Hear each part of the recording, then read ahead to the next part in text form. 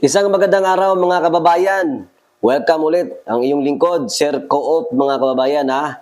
At for today's video, pag-uusapan natin, abay once a year na nga lamang ang masayang alaala o araw ng mga estudyante, ng mga mag-aaral mga kababayan para sa kanilang Christmas party. Abay pakikialaman pa ng administrasyong ito.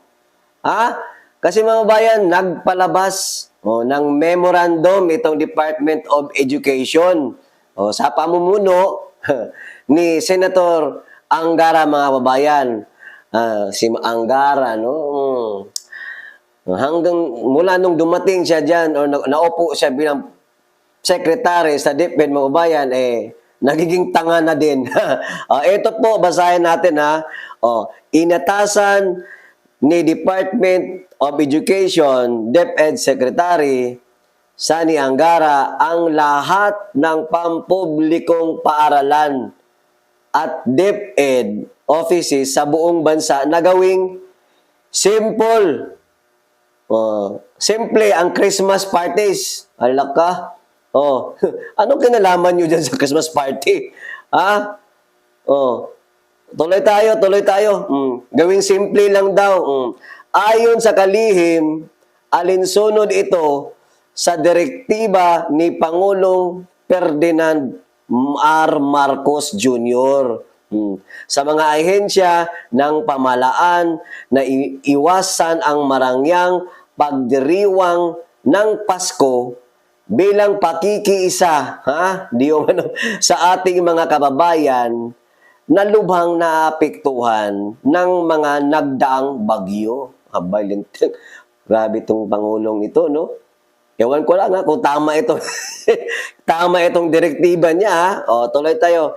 Hinimok din ni Secretary Angara ang school officials na gawing donasyon sa mga nasalanta ng anumang matitipid o maiipon sa mga pagdiriwang. Mantakin nyo mga kababayan ha.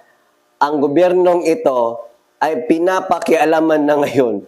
Itong once in a year lang naman na kaligayahan ng mga kabataan.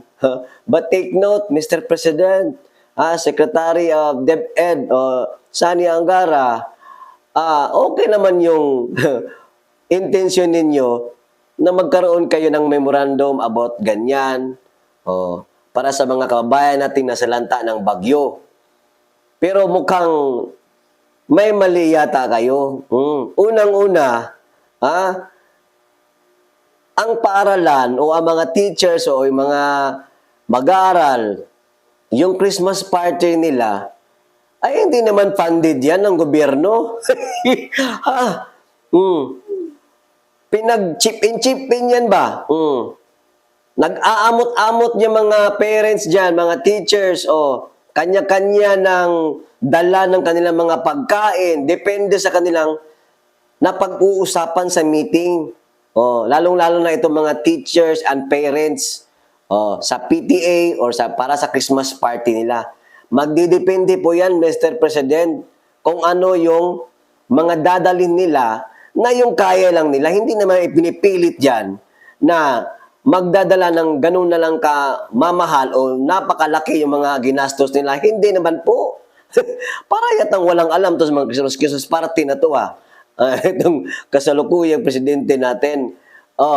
Bakit mo pakikialaman ang Christmas party ng kabataan natin? Samantalang, bakit hindi mo i-question yung mga duran-duran party-party nyo dyan sa loob ng palasyo? Pakikialaman mo ang kaligayahan ng mga kabataan. Once in a lifetime lang yan. Once in a year. Ayan tuloy, na-suplag kayo. Binatikos kayo ng mga netizen, mga kabayan. Bago tayo basahin yung mga komento ng mga netizen, ito yung sinabi niya pala, memorandum. Ayan po yung sinabi, memorandum. All regional directors, all school divisions, superintendents, all school heads, all others concerned. Galing po ito sa Department of Education, Ang sabi dito, this is in reference to the official statement from the Office of the Executive Secretary on November 19, 2024, encouraging all government agencies to avoid excessive, extravagant celebrations during Christmas season. Ang galing talaga, no? Excessive then extravagant.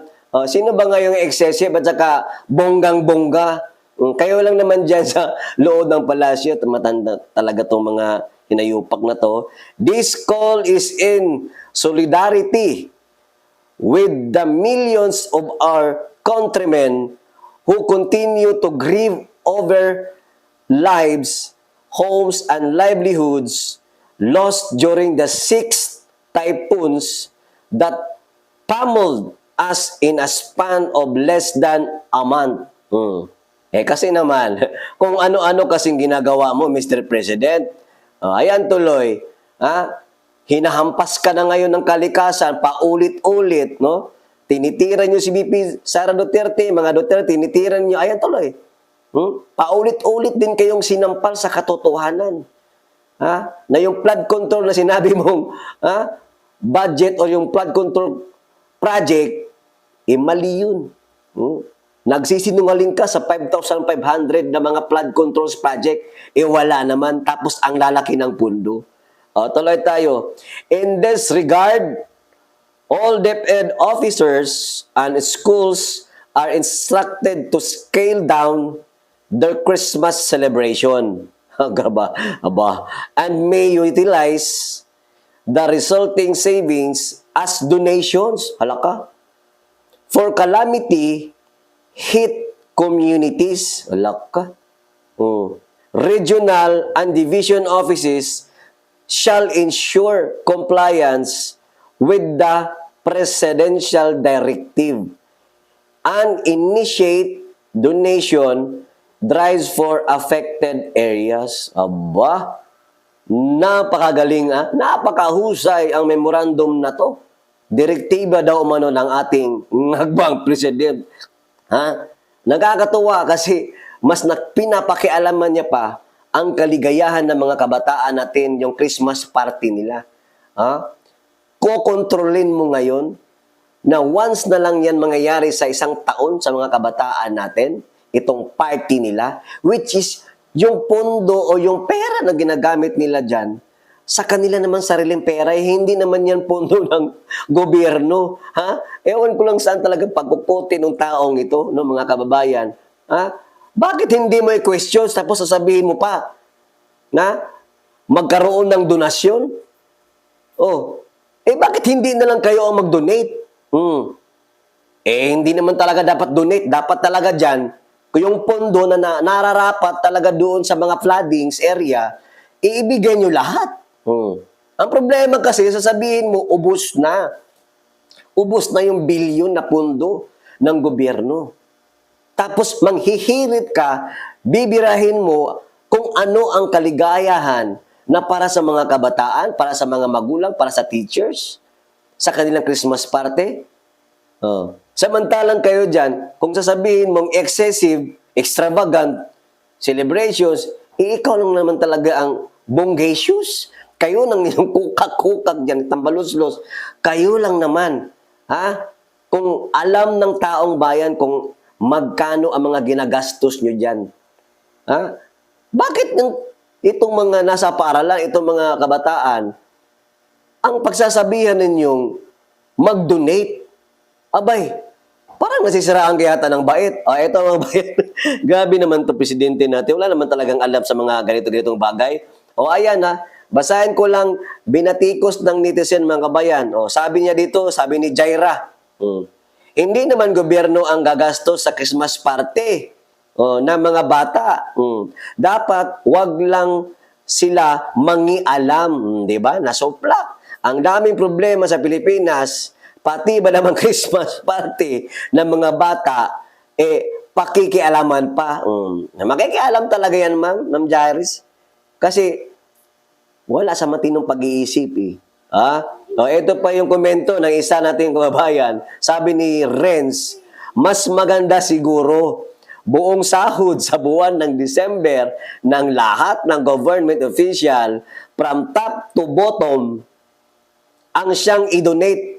Suggestion lang po. O, yan ang sabi ni Sir Renz, ha? Ano pa, sabi dito sa isang netizen, una sa lahat, pag Christmas party, ngagba, ng mga bata sa school, ay kanya-kanyang dala ng pagkain at pangregalo. Hindi galing sa government yan. Totoo naman, di ba? Kaya nga may mga meeting, kaya nga may bunutan at pagplanuhan kung KKB ba, kanya-kanya bang dala, magkano yung aamot nila, aamutin nila, yun. Ang dapat bawasan yung mga sahod nyo dyan sa Malacanang. Di ba? Totoo naman. Isa pa rito, si Ma'am Mary Joanna, sabi niya, i-donate namin ang Xmas party na dapat para sa mga teacher. Ng mga anak namin. Once a year lang ma-feel ng mga bata ang Christmas. Matulog kayo ng maayos para maayos kayo mag-isip. Ang kawawa naman yung presidente natin. Isa pa, sabi ni Jazz Season, karapatan lang naman ng mga bata na makaparty ng bongga. Saan na pala yung mga pinapabigyan nyo na ayuda, yung serbisyo, fair, mapa-concert, mapamudmud na pera, doon nyo yan ibigay sa kanila at kayo na sa mataas na posisyon ang magbigay ng malaki kasi sahol at mga nakuha nyo sa mga share na mga project, lalo na mga kongresista. Ayan. Binatikos talaga kasi naman, hindi naman tama siguro yan talagang pakikialam mo ang parte ng mga estudyante sa paaralan. Anong karapatan ninyo? Pera yan nila. Sila po ang nag-ambag-ambag dyan, Mr. President. Hindi po pera ng gobyerno na yan. Nasaan kayong pag-uutak nito, no? Lutang talagang mag-isip, no? Tama yung kanilang intention, but yung direktiba, wala, mga kababayan. Hanggang dito na lamang, kayo na po yung humusga, ha? Itong presidente nating wala naman talaga sa matinong pag-iisip. Dapat natin ipasok ito. Saan ko? Ipasok. Hanggang dito na lamang. Maraming salamat po and God bless us all, mga kababayan.